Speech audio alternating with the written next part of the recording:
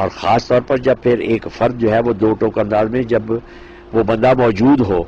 اس سے وضاحت جو ہے وہ طلب کی جا سکتی ہے، اگر کوئی شک شبہ ہے تو اس کے ساتھ براہ راست بات کی چیت کی جا سکتی ہے، تو اس سے زیادہ بڑی بددیانتی اور کوئی نہیں ہوگی، اور دین سے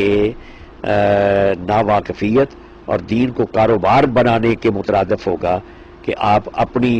کوئی پس پردہ جو آپ کے کوئی خفیہ عزائم ہوں، یا کوئی آپ کی خواہشات ہوں، یا آپ کی کوئی عداوت ہو، یا آپ کا کوئی کینہ ہو، یا آپ کو کوئی اختلاف ہے تو اس اختلاف کو آپ کفر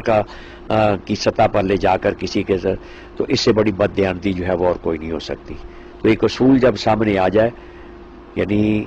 کسی کے اوپر کفر کا فتویٰ اس وقت تک نہیں آ سکتا جب تک کہ وہ ضروریات دین میں سے کسی کا انکار نہ کرے، اور بنیادی عقائد ہیں جو ان میں سے کسی کا جب تک انکار نہیں کرتا تو اس کے اوپر کفر کا فتویٰ لگانے والا یا لگانے والے خود کافر ہو جائیں گے۔ کوئی معمولی کوئی بچوں کا کھیل نہیں ہے، اس لیے جو لوگ اس دھندے میں پڑ جاتے ہیں اپنے مذموم مقاصد کے لیے پس پردہ یا کسی اختلاف رائے کی بنا پر، تو وہ دین کی کوئی خدمت نہیں کر رہے اس معاشرے سوسائٹی کے اندر، بجائے اس کے کہ آپ فتنہ جو ہے وہ کوئی نہ کوئی کھڑا کر دیں، تو وہ اس سے گریز کیا جانا چاہیے۔ پاکستان کی ایک ممتاز علمی درس کا جامعہ نعیمہ کے علماء نے زید حامد سے ایک ملاقات میں ان کی فکر اور فلسفے کے حوالے سے مختلف سوالات اٹھائے، اور بعد ازاں ان کی تکمیل پاکستان، فکر اقبال اور خدمت اسلام کی کوششوں کو سراہا۔ ان کے مذہبی عقائد اور نظریات کے حوالے سے جامعہ نعیمیہ کے عالم دین مفتی گلزار احمد نعیمی نے اپنا موقف یوں بیان کیا۔ بسم اللہ الرحمن الرحیم، الحمدللہ رب العالمین، والصلاة والسلام علی خاتم الانبیاء والمرسلین۔ ان کی سٹیٹمنٹ کو دیکھتے ہوئے کوئی بھی مسلمان ان کے ایک راسخ العقیدہ مسلمان ہونے کی حیثیت میں کوئی شک نہیں کر سکتا۔ میں سمجھتا ہوں کہ انسان جو اپنے ظاہری اعتقادات کو لوگوں کے سامنے لے کے آتا ہے اور جس انداز سے وہ اپنے بیانات اور گفتگو کرتا ہے، اس کے مطابق اگر کوئی ایسی چیز جو قرآن و سنت کی روشنی میں اللہ جل شانہ کی وحدانیت، آپ صلی اللہ علیہ وسلم کی رسالت اور دیگر جو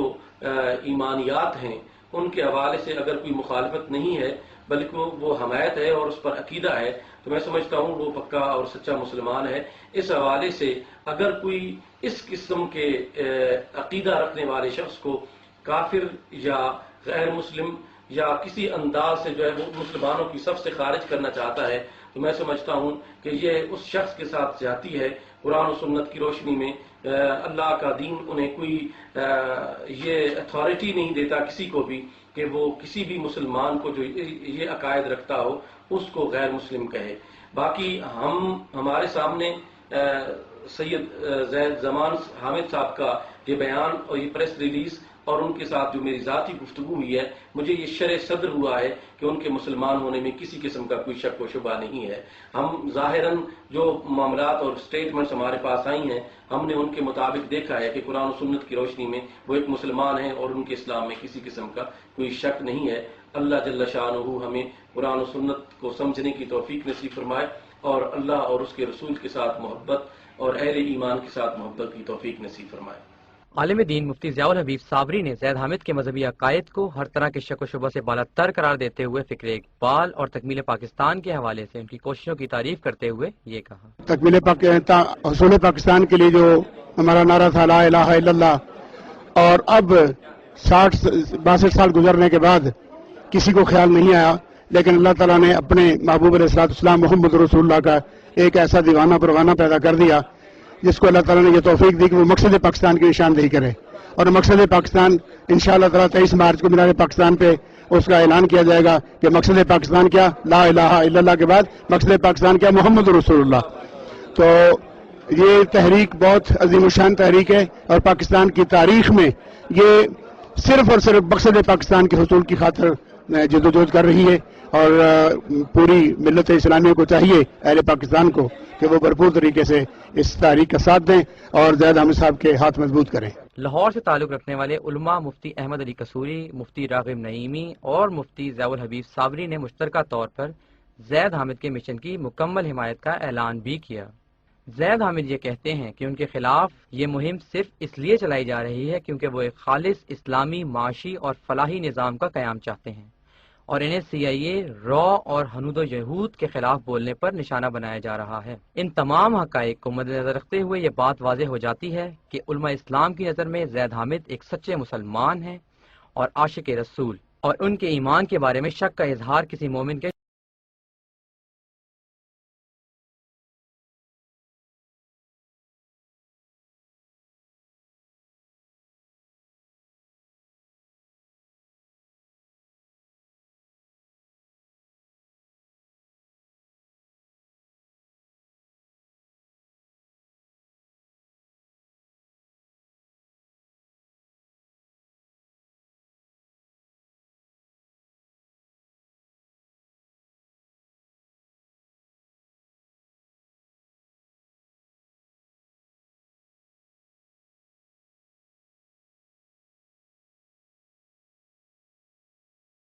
ایک انٹرسٹنگ بات یہ نہیں ہے کہ پورے ملک میں ہزاروں پروگرام ہو رہے ہیں، ناچ گانے کی محفلیں ہو رہی ہیں، ہر قسم کا بیہودہ پروگرام ہو رہا ہے. Everything is happening in the country and they don't mobilise. They only mobilise کہ جب پاکستان اور اسلام کے دفاع میں خلافت راشدہ کے نظام کو قائم کرنے کے لیے کوئی موومنٹ کوئی تحریک چلائی جاتی ہے. ہمارا تو اسٹینڈرڈ بینچ مارک فلیگ یہی ہے کہ ہم خلافت راشدہ کا نظام قائم کرنا چاہتے ہیں،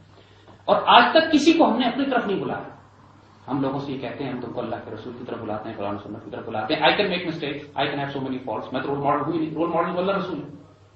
اور جو وہ حکم کرتے ہیں، جو وہ کہتے ہیں.